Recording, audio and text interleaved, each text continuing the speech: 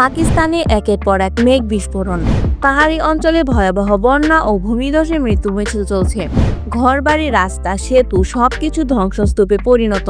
মেঘ বিস্ফোরণ কি? অল্প সময়ে প্রচণ্ড বৃষ্টিপাত। প্রতি ঘন্টায় 100 মিলিমিটার বা তার বেশি বৃষ্টিপাত হলে তাকে মেঘ বিস্ফোরণ বলা হয়। সাধারণত পাহাড়ি এলাকায় ঘটে এবং ভয়াবহ বন্যার কারণ হয়। কোথায় ঘটছে? সবচেয়ে ক্ষতিগ্রস্ত অঞ্চল খাইবার পাখতুনখোয়া ও গিলগিট বলতিস্তান। রাস্তা ভেঙে গেছে, যোগাযোগ বিচ্ছিন্ন, মানুষ আটকে পড়ছে। ভয়াবহ পরিসংখ্যান ও ক্ষয়ক্ষতি, শতাধিক মৃত্যু, হাজারো গৃহহীন, কৃষিজমি ও সেতু ধ্বংস। এই বন্যায় শতাধিক প্রাণহানি হয়েছে, অসংখ্য মানুষ গৃহহীন, ফসলের ক্ষেত ধ্বংস। কেন ঘটছে? জলবায়ু পরিবর্তন, পাহাড়ি অঞ্চলের ঘনবসতি, দুর্বল অবকাঠামো সব মিলিয়ে এমন বিপর্যয় সৃষ্টি হচ্ছে। জলবায়ু পরিবর্তন মোকাবেলায় আমাদের একসাথে কাজ করতে হবে। আপনার মতামত কি? কমেন্টে জানাতে ভুলবেন না।